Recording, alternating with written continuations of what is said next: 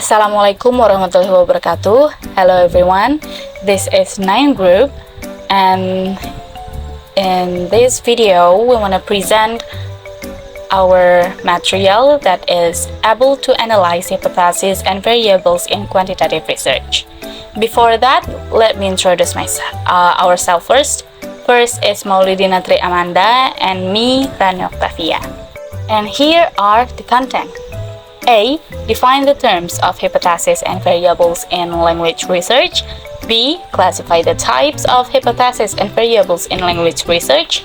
And C. Example of hypotheses and variables in quantitative research. First is define the terms of hypotheses and variables in language research. A language research hypothesis is a clear and testable statement that predicts a specific outcome related to language. It is formed based on linguistics theories, prior research, or observations and serves as an initial explanation. Researchers use hypotheses to guide their studies, stating expected results. They then confirm or refute the hypothesis through data analysis, advancing our understanding of linguistics phenomena. Next, variables. Variables are crucial in language research as they are characteristics or factors that can vary and are of interest to researchers. Two main types of variables are used: the independent variable, which is manipulated by the researcher and often seen as the cause of or predictor, and the dependent variable, which is observed or measured to assess the impact of changes in the independent variable and is the focus of the investigation. These variables are carefully defined to operationalize hypotheses and guide data collection and analysis in language research. For example, in a study on language instruction methods, the type of instruction, independent variable, and students' language proficiency, dependent variable, are key variables. Overall, hypotheses and variables shape research inquiries and provide a framework for data collection and analysis in language research. Next is classify the types of hypotheses and variables in language research. Here are types of hypothesis. Simple hypothesis. A simple hypothesis is a straightforward statement that predicts a specific relationship between variables. It typically suggests that there is an association or difference between variables but doesn't specify the direction.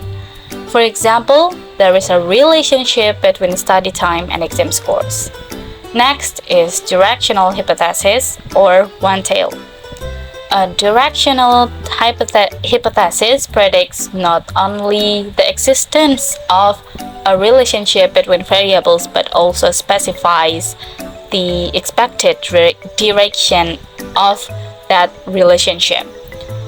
For instance, increasing study time positively affects exam scores, indicates an expected positive correlation. Next is non-directional hypothesis or two-tail. In contrast to directional hypothesis, non-directional hypothesis suggests a relationship between variables without specifying the expected direction. For example, there is a relationship between study time and exam scores. Doesn't indicate whether the relationship will be positive or negative. 4 is null hypothesis or H0.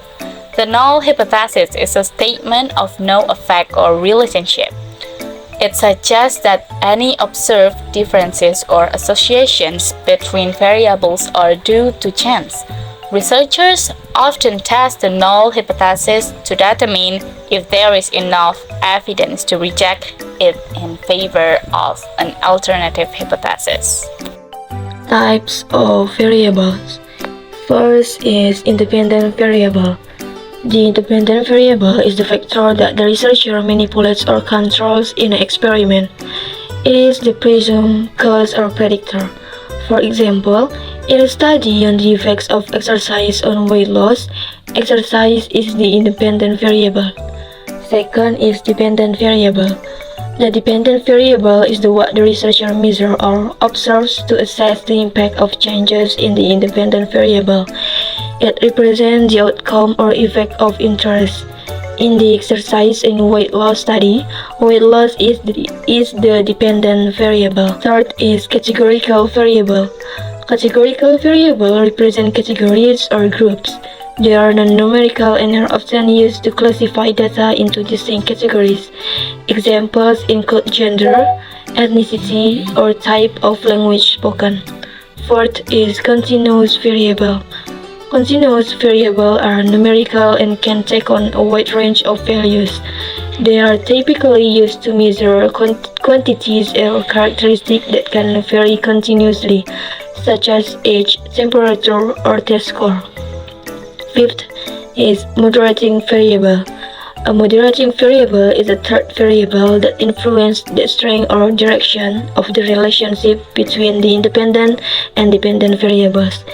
It helps to identify under what condition the relationship between the two variables is stronger or weaker. Next is mediating variable.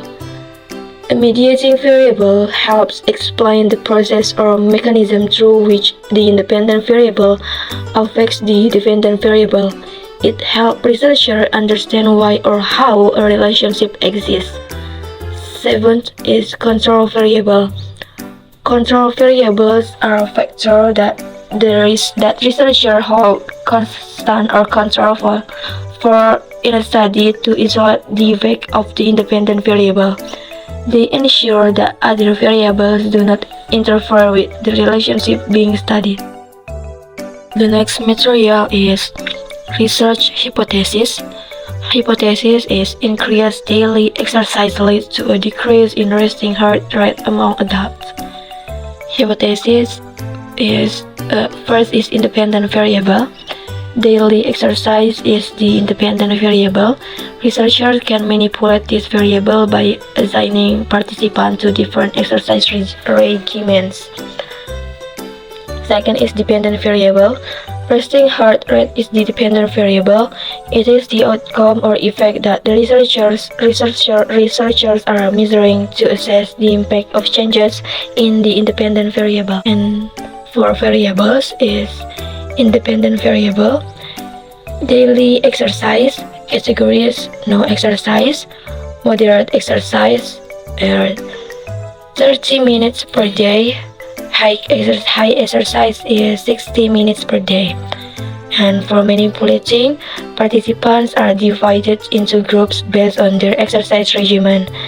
And second is dependent variable, resting heart rate measurement. Resting heart rate is measured in beats per minute or BPM using a heart rate monitor.